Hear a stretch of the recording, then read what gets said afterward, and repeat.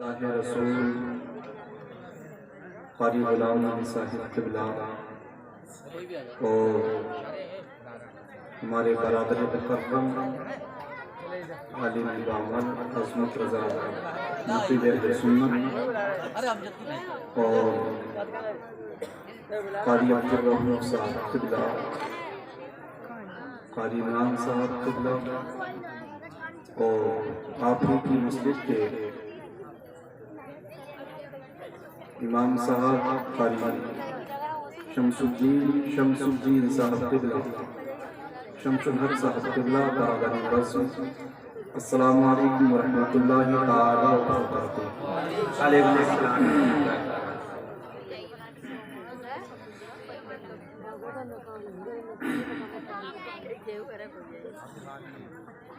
نحمده ونصلي ونسلم على رسوله الكريم، اما بعد، اعوذ باللہ من الشیطان الرجیم، بسم اللہ الرحمن الرحیم۔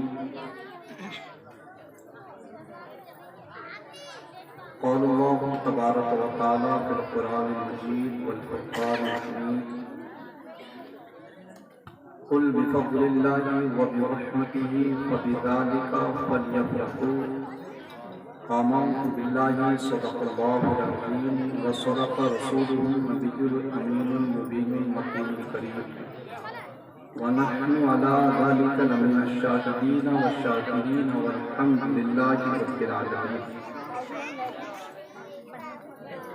بگردابِ بلا افتادہ کشتی، ضعیفہ دل شکستہ رات پشتی، بحق خواجہ عثمان ہارون، مدد کن یا معین الدین چشتی، امداد کن از رنج غم آزاد کن، در دین دنیا شاد کن یا غوث اعظم دستگیر، لیکن لطفی بہا حق الوباء الحاکم المصطفیٰ والمرتضیٰ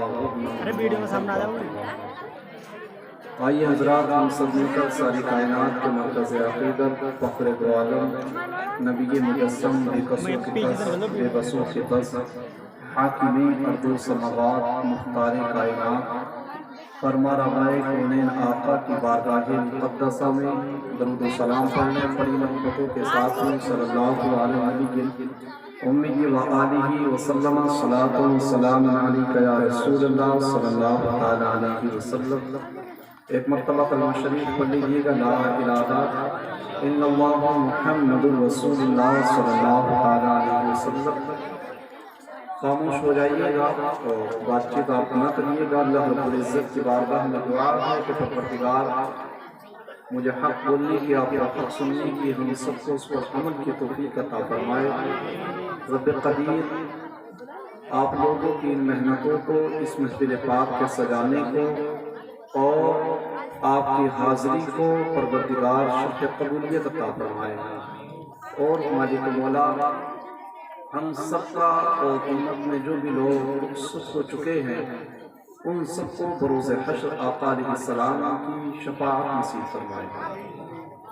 آپ حضرات بہت اچھا سن رہے ہیں اور کافی ٹائم سے یہ پروگرام میں چل رہا ہے۔ کافی آپ نے مجھ سے قبل بڑے شاندار انداز میں شاعر اسلام وسیم رضا صاحب سے بڑے بہترین کلام آپ نے سماعت کیے، اور اس سے پہلے مداح رسول جناب محترم برادر مکرم عمران رضا صاحب سنبلی سے بڑے بہترین انداز میں آپ حضرات نے بہت شاندار نعت و منقبات سماعت کی، اور ابھی مجھ سے بعد میں آپ بڑے بہترین خطاب اور بہت شاندار کلام سننے والے ہیں۔ تو انشاءاللہ آپ حضرات جب تک بھی سنیں زندہ دلی کے ساتھ میں سنیں، یہ آپ نے اپنی محنتوں کے ساتھ میں سجایا ہے، اور لیکن آپ لوگ جو تھوڑا سن رہے ہیں، تھوڑا میری بات آپ کو کڑوی لگے گی، آپ ذہن میری طرف کیجیے گا، ادھر ذہن خاموش ہو جائے، اور خواتین اسلام آپ بھی خاموش ہو جائیے۔ بالخصوص میں آپ سے یہ کہنا چاہتا ہوں کہ آپ نے جتنی محنتیں کی ہیں اس میں کوئی شک نہیں ہے، کوئی شک نہیں ہے اس کے اندر، تھوڑی آپ اس کی ایکو کم کر کے اس کے ڈبوں کی تھوڑی آواز بڑھا. ہاں آپ نے ہاں ٹھیک جتنی محنتیں کی ہیں ہاں ڈبوں کی تھوڑی آواز بڑھا. جتنی آپ نے اس کے اندر محنتیں کی ہیں اس میں کوئی شک نہیں ہے. اور یقین ماننا اگر یہی قبول ہو گئی تو یہی مغفرت کا ذریعہ بن جائے. میں اور آپ یہاں پر جو جمع ہوئے اس کا ایک مقصد ہے.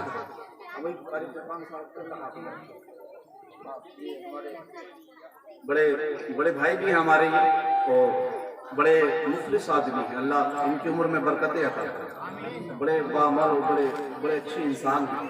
ابھی آپ ان کو سماعت کریں گے. تو میں بتا آپ کو یہ رہا تھا بھائیوں کہ آپ نے اس سے اتنی اچھا اس کے سجاوٹ ڈیکوریشن تمام سیٹ تمام چیزوں کا اہتمام کیا. اور انشاءاللہ آپ کے بستی کے جو امام صاحب ہیں قاری شمس الحق صاحب وہ بھی بڑی محنتیں کرتے ہیں. اور انہی کی محنتوں کا صلہ آپ لوگوں نے اگرچہ آپ نے اس میں تمام نذرانے عقیدت آپ لوگوں نے پیش کیا ہے لیکن محنتوں کا صلہ انہی کا ہے. یہ سب انہی کی محنتیں رنگ لے کر کے آئی ہیں کہ جو آج آپ کے سامنے اتنے بہترین خطبہ شعراء اور یہ تمام پنڈال اور یہ مصطفیٰ کی محبت میں سرکار کی پیدائش کی خوشی میں اتنی سجاوٹیں اتنی ڈیکوریشن جتنا سب کچھ کیا ہے.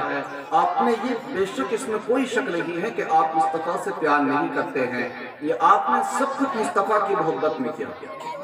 ادھر آپ میری طرف ذہن کریں یہ سب کچھ سرکار کی آپ نے محبت میں ہی یہاں پر کیا ہے. لیکن بھائیوں آپ کی بات جو غلط ہے غلط بھی ہے ایسا یہ غلط نہیں ہے. یہ آپ کا طریقہ ہے. طریقہ کیا غلط ہے آپ کو میری بات کڑوی لگے گی لیکن تلخ بات کے اندر حقیقت چھپی ہوئی ہوتی ہے. شریعت پردے کا حکم دیتی ہے.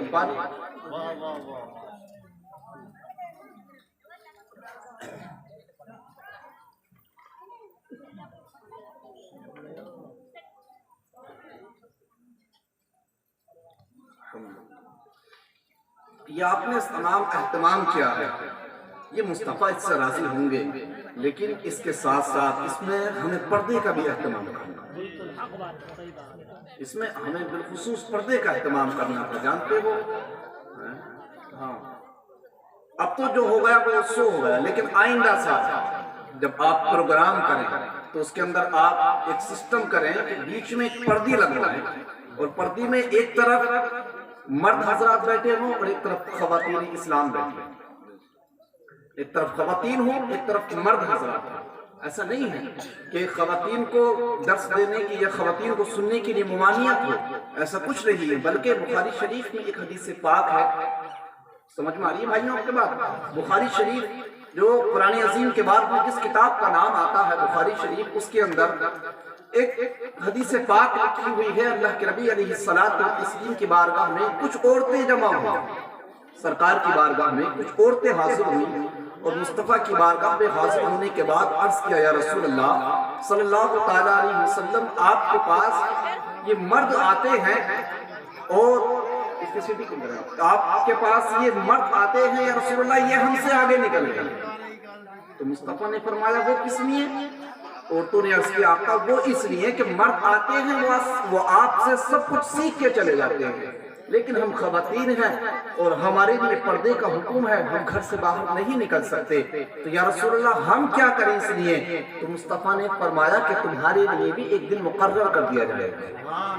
سمجھ رہے ہیں؟ تو خواتین اسلام کو بھی سننے کا حق ہے اور ان کو بھی عمل کا حق ہے. اور بعض جگہیں تو ایسی ہوتی ہیں کہ جہاں خواتین مردوں سے آگے نکل جاتی ہیں عمل کے بلبوتے پر. ایسے بھی مقام ہوتے ہیں. آپ دیکھیں تاریخ اٹھا کر کے دیکھیں آپ تاریخ اٹھا کر کے دیکھیں تو آپ کو پتا چلے گا مذہب اسلام کے اندر جو سب سے پہلی قربانی کسی نے پیش کی تھی وہ بھی ایک خاتون نے پیش کی. سمجھ ماری بات آپ کے. تو اس لیے بالخصوص یہ خلق مرد عورتوں کا بالکل ناجائز ہے. آپ اس کا خیال رکھیں آئندہ سال سے. اور بالخصوص خواتین اسلام سے بھی بڑی مؤدبانہ طریقے سے میں ہاتھ جوڑ کر عرض کرتا ہوں یہاں سے نہ گزرے اور نہ ہی کوئی خواتین ہاتھ اٹھا کر کے سبحان اللہ کہے، نہ ہی کوئی خواتین کوئی عورت بلند آواز سے سبحان اللہ کہے، نہ ہی کوئی عورت یہاں کو پیسے دینے کی نہیں آئے۔ سمجھ میں آ رہی بات؟ جلسہ کرانے کا مطلب یہ نہیں ہوتا کہ ہم نے جلسہ کرا اور دعویٰ کری اور چلے گئے۔ جلسہ کرانے کا مطلب یہ ہوتا ہے کہ ہمارے اندر جو خامیاں ہیں وہ خامیاں پوری ہو جائیں۔ اس کا مقصد یہ ہے سبحان اللہ الحمدللہ کہنا، یہ بے شمار اس کے اندر فضائل ہیں، لیکن ہم اپنے طریقے کو بدلیں۔ یہ خواتین ایک ایسی بڑا ادھر بات چیت نہ کریں، خاموشی سے سنیں، سمجھ میں آ رہی بات آپ کے؟ تو اس جلسے کا مقصد جو ہے اس مقصد پہ عمل کریں۔ مقصد اس کا یہ نہیں ہے کہ صاحب ہم یہاں پر آ گئے تو صاحب جیسے آئے کہ ویسے کے ویسے ہی بن کر کے چلے گئے۔ اس کا مقصد یہ نہیں ہوتا ہے جلسوں کا۔ جلسوں کا مقصد یہ ہوتا ہے کہ جلسوں میں آئے تھے تو بے نمازی تھے اور جلسے سے اٹھ کر گئے تو مصطفیٰ کے غلام بن کر کے چلے گئے۔ اور جلسے کا ہمارے تکبیر ہمارے رسالہ یا رسول اللہ کے آیا حضرت زندہ باد مولانا فیضان رضا صاحب قبلہ زندہ باد تکبیر ہمارے رسالہ یا رسول اللہ۔ سمجھ رہے ہیں بات آپ کو؟ خواتین اسلام کی بھی پیغام ہے یہ۔ ابھی میں تقریر شروع نہیں کر رہا ہوں، میں آپ کو کچھ باتیں بتا رہا ہوں۔ خواتین اسلام کی بھی بالخصوص یہ پیغام ہے، آپ یہاں پر سننے کے لیے آئے تو اس کا فائدہ آپ کو بینیفٹ تبھی ملے گا کہ جب آپ اور ہم اس پر عمل کریں گے۔ تو لوگوں خواتین اسلام کے لیے بھی یہ پیغام ہے کہ وہ دل کے اندر یہ عقیدہ رکھ لے کہ جب یہاں پر آئی تھی تو بے پردہ تھی، جب یہاں پر آئی تھی تو پردہ نہیں تھا، جب یہاں پر آئی تھی تو بغیر کسی پردے کے آئی تھی، لیکن جب اس میلاد سے اٹھے، اس مصطفیٰ کے جلسے سے اٹھ کر جائے تو دل کے اندر عقیدہ کر لے کہ مصطفیٰ کے محفل پاک میں گئی تھی تو یہ عقیدہ لے کر کے آئی ہو کہ مصطفیٰ کی بیٹی نے پردہ کر کے زمانے کو پیغام دیا تھا کہ وقت کچھ بھی آ جائے تو پردہ نہیں چھوڑیں گے۔ اسی پردے کا پٹا اپنے گلے میں ڈال کر کے آئی ہو، اور اگر اسی پر عمل کر لیا تو میرا یقین کہتا ہے جب مصطفیٰ کی بیٹی جنت میں جائے گی، ادھر فاطمہ الزہرا جنت میں جائے گی، ادھر تجھے بھی جنت میں لے جائے گی۔ سبحان اللہ سبحان اللہ سبحان اللہ۔ ادھر تجھے بھی جنت میں لے جائے گی۔ تو بالخصوص مقصد جو ہے وہ مقصد جو ہے ہمارا اصلاح کا ہے۔ ایک شخص پہ تو کہیں پر جیسے آج بھی جلسے ہوتے ہیں تو کہیں پر جیسے جلسہ ہو رہا تھا تو کسی نے کہا کہ بھئی چلو پروگرام میں چلتے ہیں، جلسے میں چل رہے ہیں، تو وہ شخص بولے کہ اچھا کہ کون آ رہے ہیں؟ کہ فلاں عالم دین آ رہے ہیں۔ تو کسی نے بتایا کہ ٹھیک ہے تو چلتے ہیں۔ اب جیسے ہی وہاں سے پروگرام میں وہ جلسے میں سننے کے لیے گئے، عالم دین نے وہاں پر اصلاحی تقریر کی، اور جب اصلاحی تقریر وہاں پر کی گئی تو اس کے اندر ایک مسئلہ بھی بیان کیا گیا۔ اب جب وہ مسئلہ انہوں نے سنا اس پر عمل کر لیا۔ اب چند دنوں کے بعد ایک پروگرام پھر ہوا، پھر کسی نے کہا کہ چلو پروگرام میں چلتے ہیں، تو یہی شخص جو ایک عام انسان تھے یہ کہتے ہیں پروگرام میں بعد میں جاؤں گا، پہلے اسی مسئلے پر عمل کروں۔ اب اس کا مقصد یہ ہے کہ پروگرام میں آنا بند کر دو، اس کا مقصد یہ نہیں ہے۔ اس کا مقصد یہ ہے کہ جتنا سنو اس پر عمل کرو، اور اگر عمل نہ کر سکو تو پھر لوگوں میں اس کی بغاوتیں نہ پھیلاؤ۔ سمجھ میں آ رہی ہے بات آپ کی؟ تو اس لیے بالخصوص عمل کی سخت ضرورت ہے۔ اللہ ہم سب کو عمل کی توفیق عطا فرمائے۔ ایک مرتبہ درود پاک پڑھیے صلی اللہ علیہ نبی کے نبی و آلہ وسلم، صلاۃ و سلام علیک یا رسول اللہ صلی اللہ علیہ وسلم۔ اللہ رب العزت قرآن عظیم کے اندر ارشاد فرماتا ہے، رب نے قرآن میں فرمایا کہ قل بفضل اللہ وبرحمتہ فبذلک فلیفرحوا۔ اللہ قرآن میں ارشاد فرماتا ہے محبوب آپ فرما دیجئے کہ اللہ ہی کے فضل پر اور اس کی رحمت پر چاہیے کہ خوشیاں منائیں۔ کہا کہ محبوب آپ فرما دیجئے ان بندوں سے کہ یہ بندے اللہ کے فضل پر اس کی رحمتوں پر خوشیاں منائیں۔ اب اسی کی ترجمانی کرتے ہوئے بریلی کے امام نے مصطفیٰ کے عشق میں ڈوبتے ہوئے اپنے قلم کو اٹھایا اور بڑے پیارے انداز میں لکھنا شروع کیا کہ یا رسول اللہ سرور کہوں کہ مالک کو، مولا کہوں تجھے، باغ خلیل کا گلے زیبا کہوں تجھے، لیکن رضا نے ختم سخن اس پہ کر دیا، خالق کا بندہ خلق کا آقا کہوں تجھے، خالق کا بندہ خلق کا آقا کہوں تجھے۔ اے لوگوں، ہم سب جو یہاں پر جمع ہوئے ہیں اس کا مقصد یہی ہے کہ مصطفیٰ اور خدا راضی ہو جائے۔ بتائیے سب کا مقصد یہی ہے نہیں ہے؟ ہم یہاں پر کسی کو دکھانے کے لیے نہیں آئے ہیں، بلکہ اگر ہم یہاں پر آئے ہیں تو ہم یہاں پر اپنے مصطفیٰ کو، اپنے خدا کو منانے کے لیے آئے ہیں۔ ہم یہاں پر جو آئے ہیں ہم کسی دنیا دار کے لیے نہیں آئے ہیں۔ بتائیے کسی دنیا دار کے لیے تھوڑی آئے ہیں ہم یہاں، ہم سب یہاں پر مدینے کے تاجدار کے لیے آئے ہیں۔ یہ محفل بھی مصطفیٰ کے لیے منائی ہے، یہ تمام جشن جو منا رہے ہیں یہ سرکار کی محبتوں میں منا رہے ہیں۔ ہم نے یہ سجاوٹیں کی ہیں یا رسول اللہ تمہارے لیے کی ہے، ہم نے یہ تمام اہتمام کیے ہیں آقا تمہارے لیے کیے ہیں، ہم نے تمام انتظامات کیے ہیں آقا سب تمہارے لیے کیے ہیں۔ آئی لوگوں یہی تک نہیں، آئیے عشق کے سمندر کی جانب میں تم کو لے کر کے چلتا ہوں۔ یہی بریلی کے امام تو یہاں تک پکار اٹھے، اعلیٰ حضرت کہتے ہیں یا رسول اللہ زمین و زمان تمہارے لیے، مکی میں مکہ تمہارے لیے، چنین و چنا تمہارے لیے، بنے دو جہاں تمہارے لیے، دہن میں زبان تمہارے لیے، بدن میں ہے جا تمہارے لیے، ہم آئے یہاں تمہارے لیے یا رسول اللہ۔ صفا وہ چلے کہ باہو بھلے کہ دن ہو بھلے کہ لبا کے تلے سنا میں کھلے رضا کی زبان تمہارے لیے، سبحان اللہ سبحان اللہ، سب کچھ تمہارے لیے ہے۔ تو ہم سب کا بھی یہی عقیدہ ہے کہ ہم سب یہاں پر جو جمع ہوئے ہیں وہ مصطفیٰ کی محبت میں اور آقا کے لیے ہی جمع ہوئے ہیں۔ آئے لوگوں، رب قرآن میں فرماتا ہے ذہن کو میرے قریب کریے گا۔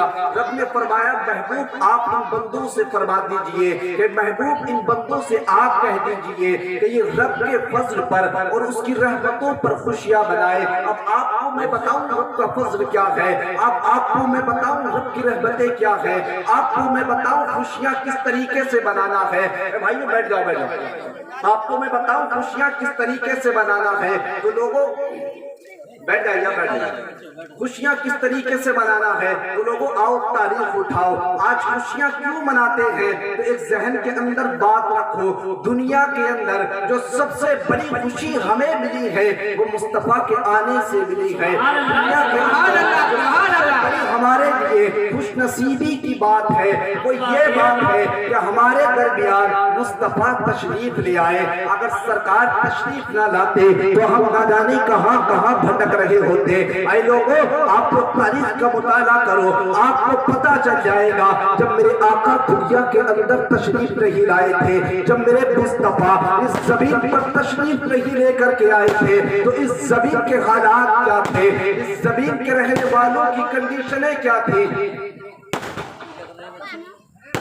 یہ کون صاف کر رہے ہیں بتاؤ، بڑی غلط بات ہے۔ جب میرے آقا دنیا کے اندر تشریف نہیں لے کر آئے تھے، ذہن کو قریب ہے، جب میرے آقا دنیا کے اندر تشریف نہیں لے کر آئے تھے تو آپ حالات سنیں، حالات کیا تھے، کنڈیشن سنیں، کنڈیشن کیا تھی۔ اس وقت میں لوگوں کی حالات کیا تھی۔ لوگوں، آج تک مصطفیٰ کے آنے سے ہم سب کو اپنی پہچان ہو گئی ہے، ورنہ جب سرکار دنیا کے اندر تشریف نہیں لے کر آئے تھے تو خدا کی پہچان تو بہت بڑی بات رہ گئی، لوگوں کو اپنی پہچان نہیں تھی۔ یہاں تک آتا ہے تاریخ کے اندر جسی ہندوستان کی دھرتی پر تم رہتے ہو، یہی سرزمین ہند، یہی سرزمین ہندوستان جس کی دھرتی پر ہم رہتے ہیں، یہاں کے حالات کیا تھے جب میرے آقا دنیا میں تشریف نہیں لے کر کے آئے تھے۔ اس دنیا کے حالات کیا تھے، اس عربستان کے حالات کیا تھے، اس ملک عرب کے حالات کیا تھے۔ آؤ میں آپ کو تاریخ کے پنوں پر لکھی ہوئی بات بتاتا ہوں، آؤ میں آپ کو تاریخ کی طرف لے کر کے چلتا ہوں۔ جب میرے آقا تشریف نہیں لے کر کے آئے تھے، حالات یہ تھے اس دنیا کے کہ دنیا کے اندر لوگوں کو ستایا جا رہا تھا،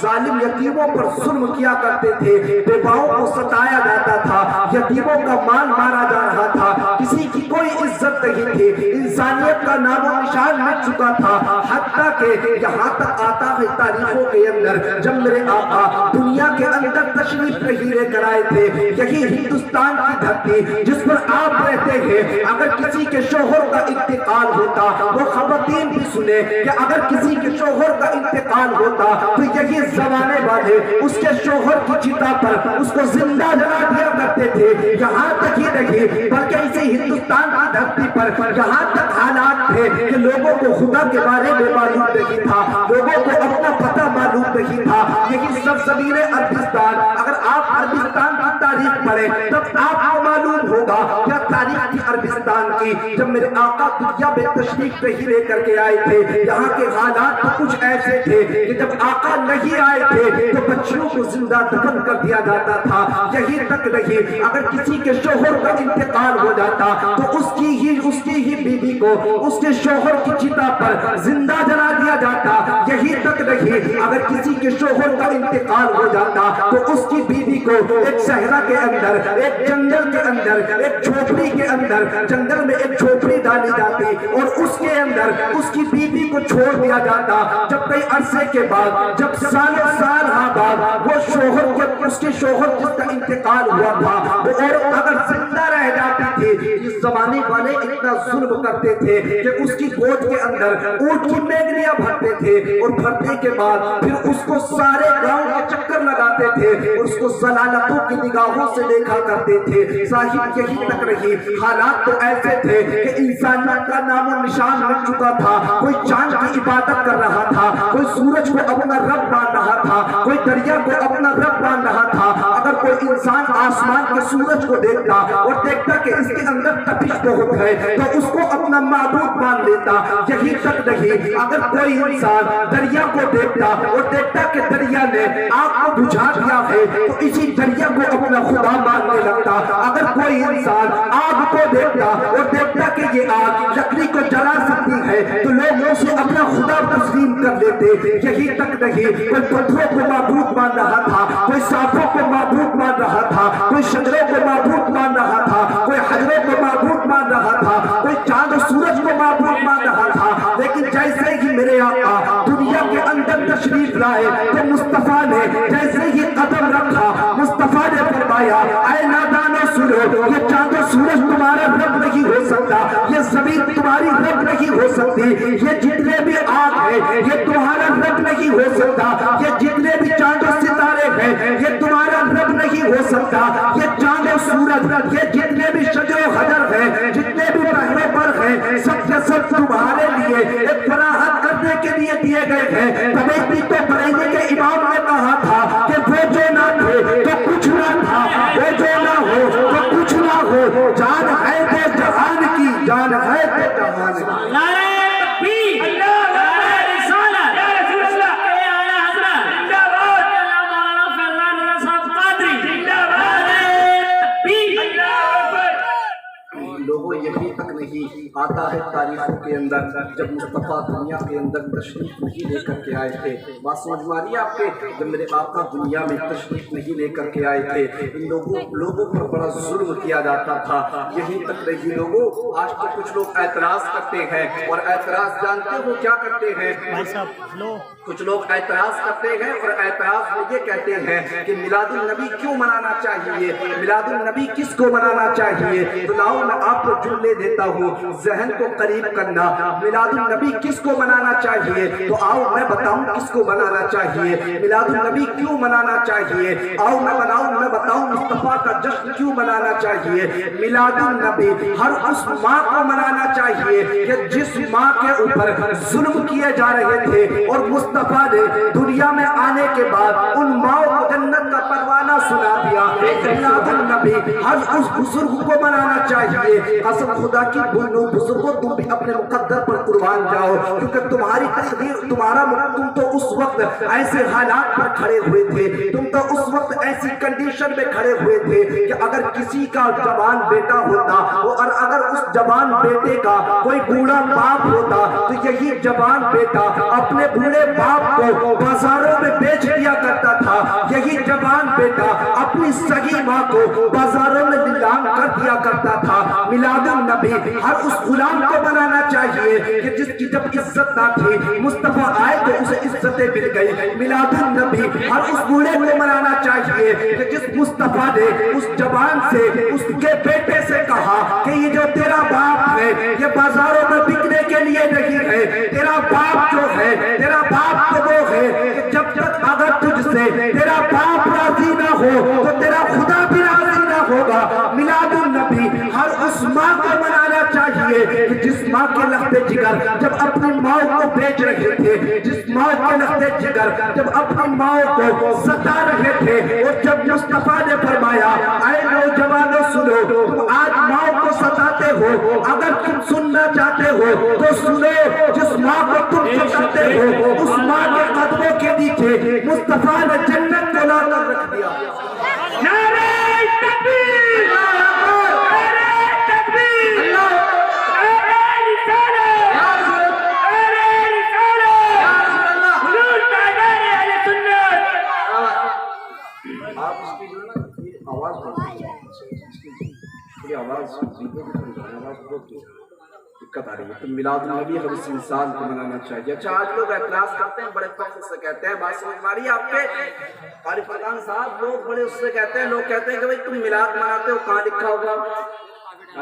یہ کہتے ہیں کہاں لکھا ہوا میلاد منانا؟ تو سننے کے لیے اور دینے کے لیے تو بے شمار دلیلیں دے سکتے ہیں۔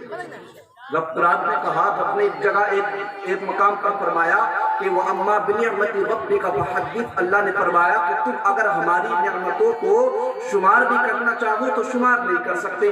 الگ الگ متعدد مقامات پر رب نے قرآن عظیم کے اندر ارشاد فرمایا، لیکن بے شمار دلیلیں ہیں دینے کے لیے تو، لیکن ایک جملہ یہاں پر دے کر جا رہا ہوں۔ اگر کوئی کہے کہ میلاد النبی منانا کہاں لکھا ہے، مصطفیٰ کا میلاد منانا کہاں لکھا ہے، تو ساری دلیلیں اگر رد کر دے تو سن لو، ایک ہی جملے میں جواب دینا اور کہنا کہ میلاد النبی منانا مصطفیٰ کے غلاموں کی تقدیر، مصطفیٰ کا میلاد منانا سرکار کے غلاموں کی کہاں لکھا ہے؟ تقدیر میں لکھا ہے۔ اچھا کچھ لوگ پیٹوں میں درد ہوتا، کچھ لوگ کہتے ہیں کہ بھئی تم اتنی ڈیکوریشن کرتے ہو اور اتنا تم سجاوٹیں کرتے ہو، کیوں کرتے ہو؟ یہ کیوں کرتے ہو؟ بہت سارے بدعقیدہ ہیں تو کہتے ہیں کہ کیوں کرتے ہو اور کیا فائدہ ان سے؟ تو لوگوں کچھ لوگ یہ بھی کہتے ہیں، بے وقوف انسان ہیں، اپنی عقل کے لنگڑے گھوڑے دوڑاتے ہیں اور کہتے ہیں کہ جتنی بھی سجاوٹیں کر رہے ہو سب کی سب فضول خرچی میں ہے۔ کہتے ہیں اگر اتنا پیسہ کسی غریب کو دے دیا جائے تو اس کا مال سے اس کے حالات ٹھیک ہو جائیں گے۔ یہ بات ٹھیک ہے کہ کسی غریب کی مدد کر دی جائے، اور رب بھی یہی کہتا ہے، مصطفیٰ نے بھی یہی فرمایا، سرکار بھی فرماتے ہیں بھوکوں کو کھانا کھلاؤ، خدا بھی راضی ہو جائے گا، مصطفیٰ بھی راضی ہو جائے گا۔ لیکن جو اعتراض ہے ان کا کہ تم اتنا پیسہ ڈیکوریشن میں خرچ کرتے ہو، مصطفیٰ کی ولادت پر اتنا پیسہ سرکار کی محبت میں خرچ کرتے ہو، تو یہ کیوں کرتے ہو؟ ایک بات بتاؤ، ہندوستان کے اندر تو بہت سارے ڈے منائے جاتے ہیں، بہت سارے دن منائے جاتے ہیں۔ آپ دیکھیں کہیں ٹیچر ڈے منایا جاتا ہے، کہیں روز ڈے منایا جاتا ہے، کہیں کوئی سا ڈے منایا جاتا ہے، لیکن ایک بات سن لو، ان ڈے پر کسی کو کوئی اعتراض نہیں ہے۔ کہیں پھول ڈے منائے جاتے ہیں، اس پر کسی کو کوئی اعتراض نہیں ہے۔ تو ہم ان سب سے یہی کہنا چاہتے ہیں کہ تم سب کو پھول ڈے مبارک ہو، ہم سب کو رسول ڈے مبارک ہو۔ اچھا یہی جو ہم لائٹیں لگاتے ہیں نا، یہ جو سجاوٹ کرتے ہیں، تو ایک بدعقیدہ تھا یہی سرزمین مراد آباد کے اندر، مراد آباد کا نام تو سنی ہے آپ نے، ارے ایسا تھوڑی کوئی دوسرے دیش میں مراد آباد، اسی ہے ہی ہندوستان میں ہی ہے مراد آباد بھی، تو مراد آباد کی سرزمین پر ایک بدعقیدہ تھا اور وہیں پر مصطفیٰ کا ایک غلام بھی تھا، سبحان اللہ۔ کہانی سنو، بات سمجھ میں آ رہی ہے آپ؟ گھبرا تو نہیں رہے ہیں؟ اب سنیے کہانی، سنیے بڑی توجہ کے ساتھ میں سنیے۔ مصطفیٰ کا ایک عاشق بھی رہتا تھا، بڑی پیار کرتا تھا مصطفیٰ سے، سینوں کے اندر بے پناہ محبت، سینے کے اندر بے پناہ محبت تھی مصطفیٰ مصطفیٰ کے اس سرکار کے غلام کے اندر بہت پیار کرتا تھا آقا سے، اور جیسے ہی ربیع الاول شریف کا چاند نظر آتا، اس وقت کے اندر یہ لائٹیں نہیں ہوا کرتی تھی، اس دور کے اندر یہ ڈیکوریشن نہیں ہوا کرتا تھا، اس ٹائم میں یہ سجاوٹیں نہیں ہوا کرتی تھی، پہلے دور سے بھی یا پہلے کے لوگ اپنے حساب سے چلا کرتے تھے، یہی تک نہیں جیسے مصطفیٰ کا مہینہ آتا، جیسے ہی ربیع الاول شریف کا مہینہ آتا، جیسے ہی سرکار کی ولادت کا مہینہ آتا، اب یہ مصطفیٰ کا عاشق کیا کرتا، اپنے گھر کی چھت پر، اپنے گھر کے مکان پر دیسی گھی کے چراغ جلانا شروع کر دیا۔ سبحان اللہ۔ اور اس شخصیت کا نام تھا فضل الرحمان گنج مراد آبادی، حضرت علامہ فضل الرحمان گنج مراد آبادی۔ آتا ہے جیسے ہی ربیع الاول شریف کا مہینہ آتا تو یہ مصطفیٰ کے عاشق، مصطفیٰ کے غلام اپنے گھر کی چھت پر دیسی گھی کے دیے، دیسی گھی کے چراغ جلانا شروع کر دیتے۔ اب ایسے ہی ٹھاکر بدعقیدہ نکلا ہوا جا رہا تھا اس کے سینے کے اندر مصطفیٰ کے لیے بغض و کینہ بھرا ہوا نکلا ہوا جا رہا تھا، تو اس نے کہا ارے آپ یہ دیسی گھی کے چراغ کیوں جلا رہے ہیں، اور آپ یہ تو جو کر رہے ہیں یہ تو فضول خرچی ہے۔ حضرت علامہ فضل الرحمان گنج مراد آبادی علیہ الرحمہ کی بارگاہ میں جیسے ہی اس بدعقیدے نے اس جملے کو کہا اور کہا کہ آپ یہ فضول خرچی کر رہے ہیں، دیسی گھی کے چراغ جلا رہے ہیں، تو آپ نے فرمایا نادان سن، یہ فضول خرچی لگتی ہے؟ تو کہا ہاں حضرت فضول خرچی ہے۔ تو آپ نے کہا کہ سن، جلانا میرا کام تھا، تیرے اندر طاقت ہے تو بجھا کر دکھا دے، اگر طاقت ہے تو بجھا کر دکھا دے۔ اب اس انسان نے سوچا کہ صاحب اب تو دل خوش ہو گیا، اب جیسے ہی یہ بجھانے کے لیے گیا، اب جیسے ہی پھونکے مارنے کے لیے گیا تو لوگوں تاریخ کے پنوں پر آج بھی بات لکھی ہوئی ہے، ادھر پھونکے مار رہا تھا، ایک چراغ کو بجھاتا تھا، دوسرا چراغ خود بخود جل جاتا تھا، جب دوسرے کو بجھاتا تھا تو پہلا جل جاتا تھا، تیسرے کو بجھایا دوسرا جل گیا، چوتھے کو بجھایا تیسرا جل گیا، حتیٰ کہ سارے چراغ بجھا دیے، اور دل کے اندر یہ عقیدہ یہ خوشی لے کر کے آیا حضرت کی بارگاہ میں، کہا کہ حضرت سارے کے سارے چراغ بجھا دیے۔ آپ نے کہا اچھا سب بجھا دیے؟ تو کہا حضرت سب بجھا دیے۔ تو آپ نے کہا نگاہیں پلٹ کر دیکھ، جیسے ہی اس انسان نے نگاہیں پلٹ کر دیکھی تو جن چراغوں کو بجھا چکا تھا سب کے سب خدا کی قدرت سے روشن، سب کے سب روشن ہو گئے۔ تو حضرت علامہ فضل الرحمان گنج مراد آبادی نے فرمایا نادان، تو مصطفیٰ کے غلام کے جلائے ہوئے چراغ نہیں بجھا سکتا تو مصطفیٰ کی ذات کو کیا مٹا سکتا؟ مصطفیٰ کی ذات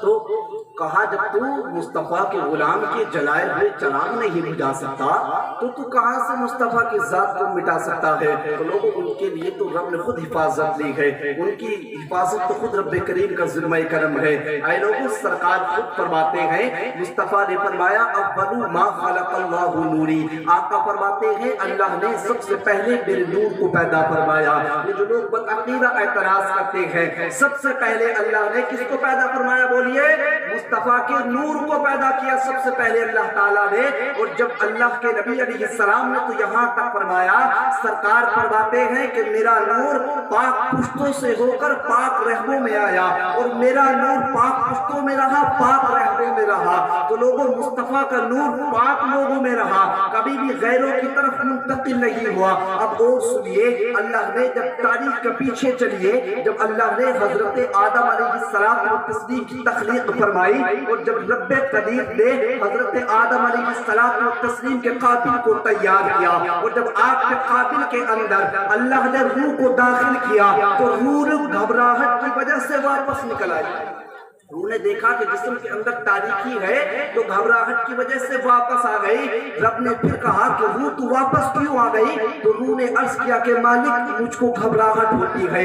اس وقت اللہ نے اپنے نبی حضرت آدم علیہ الصلوۃ والتسلیم کے جسم اقدس کے اندر آپ کی پشت مبارک کے اندر اللہ نے مصطفیٰ کے نور کو داخل کیا. ذہن کو اس طرف طریق کیجیے گا، سرکار کے نور کو داخل کیا. اب جیسے ہی حضرت آدم علیہ الصلوۃ والتسلیم کی پشت مبارک میں اللہ کے نبی سرکار علیہ الصلوۃ والتسلیم کا نور منتقل ہوا، نور داخل ہوا. اب حضرت آدم نے ایک عجیب منظر دیکھا. حضرت آدم دیکھ رہے تھے کہ جو حضرت آدم علیہ السلام نے دیکھا کہ حضرت آدم علیہ السلام کے لیے تمام فرشتے پیچھے سے تعظیم کر رہے ہیں. اور جب یہی نور پشت مبارک سے نکل کر پیشانی مبارک میں آیا تو جو فرشتے پیچھے سے تعظیم کر رہے تھے اب وہ فرشتے پیچھے نہیں رہے بلکہ سامنے سے تعظیم کر رہے ہیں. حضرت آدم نے دیکھا تو تعجب میں پڑ گئے اور رب کی بارگاہ میں عریضہ پیش کیا. عرض کیا کہ مالک معاملہ سمجھ میں نہیں آتا، بات کیا ہے؟ کبھی فرشتے پیچھے تعظیم کرتے ہیں، کبھی فرشتے سامنے سے تعظیم کرتے ہیں. اس وقت رب نے فرمایا کہا اے آدم سنو، یہ جو فرشتے تعظیم کر رہے ہیں یہ تمہارا کمال نہیں ہے، یہ میرے محبوب کے نور کا کمال ہے. کہا کہ فرشتے سنو، یہ جو فرشتے کہا کہ آدم سنو، یہ جو فرشتے تعظیم کر رہے ہیں یہ میرے محبوب کے نور کا کمال ہے. کہا کہ پہلے نور میں نے تمہارے پشت میں رکھا تھا تو فرشتے تمہاری پیچھے سے زیارت کرتے تھے، اور جب میں نے مصطفیٰ کا نور تمہاری پیشانی میں رکھ دیا تو فرشتے تمہارے سامنے سے سرکار کے نور کی زیارت کرنے لگے. اے لوگوں، حضرت آدم نے جب اتنا سنا تو آپ کے دل کے اندر چاشنی پیدا ہوئی اور رب کی بارگاہ میں عرض کیا کہ اے مالک و مولا کہ جس نور کی فرشتے تعظیم کر رہے ہیں اسی نور کو دیکھنا چاہتا ہوں.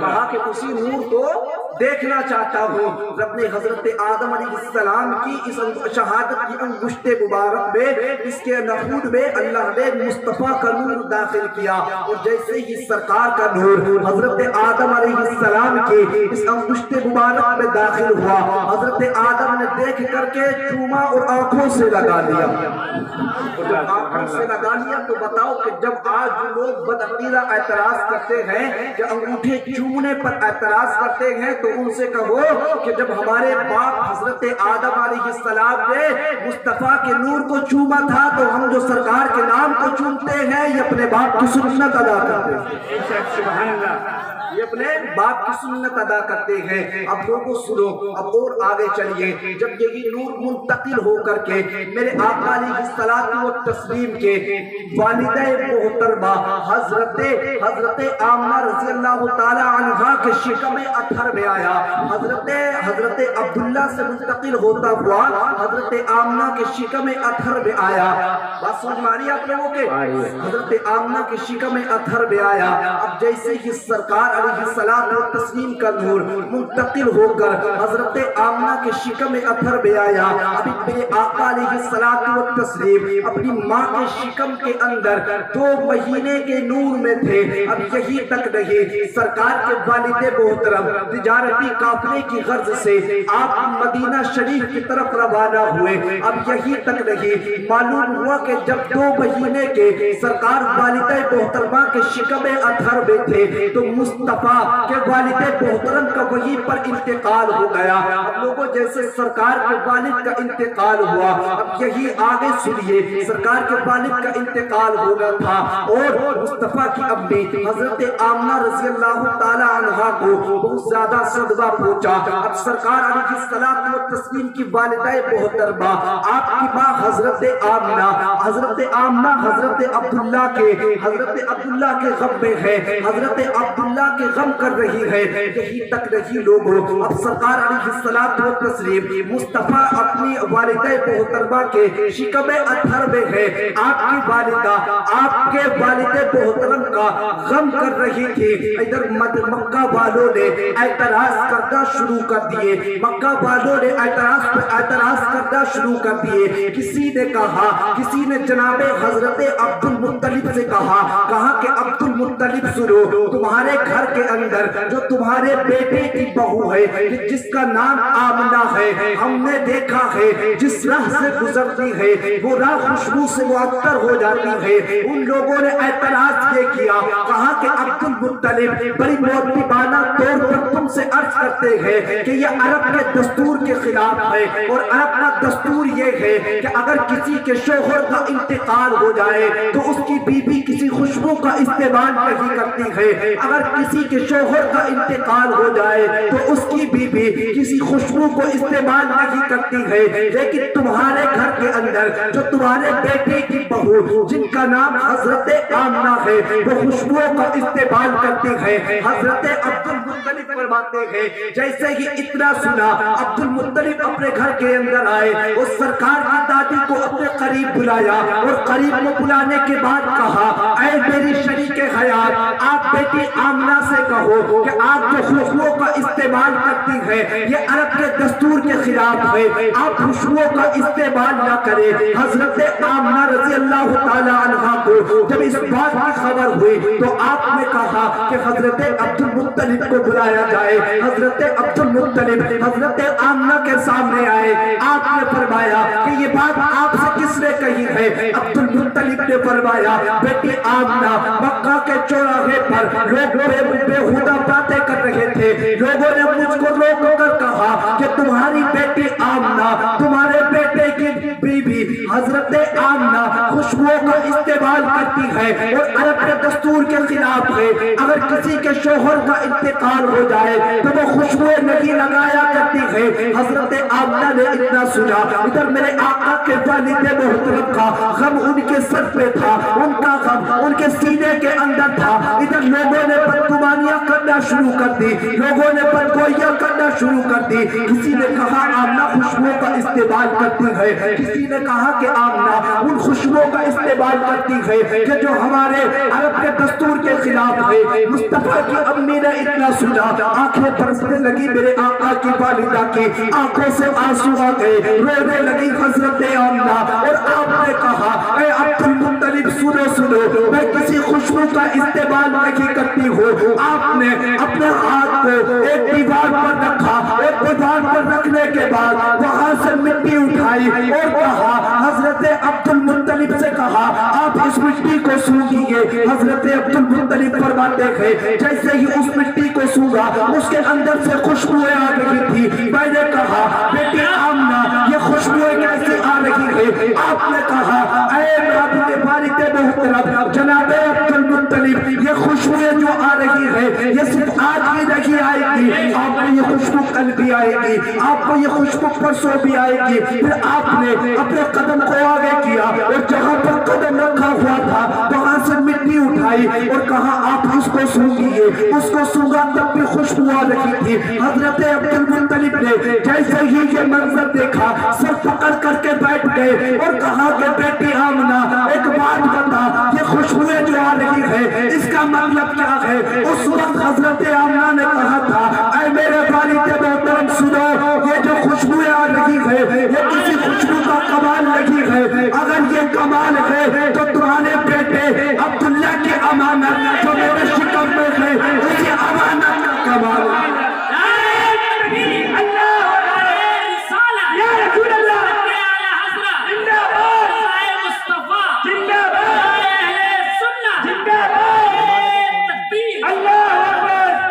کہا کہ یہ جو خوشبو آ رہی ہے کسی خوشبو کا کمال نہیں ہے، کہا یہ جو تمہارے بیٹے کی امانت میرے شکم کے اندر ہے اسی بیٹے کی اسی بیٹے کی خوشبو کا کمال ہے۔ بات سمجھ میں آ رہی ہے آپ کے؟ حضرت عبد المطلب نے اتنا سنا۔ عبد المطلب کون ہے؟ سرکار کے دادا، کیا نام ہے؟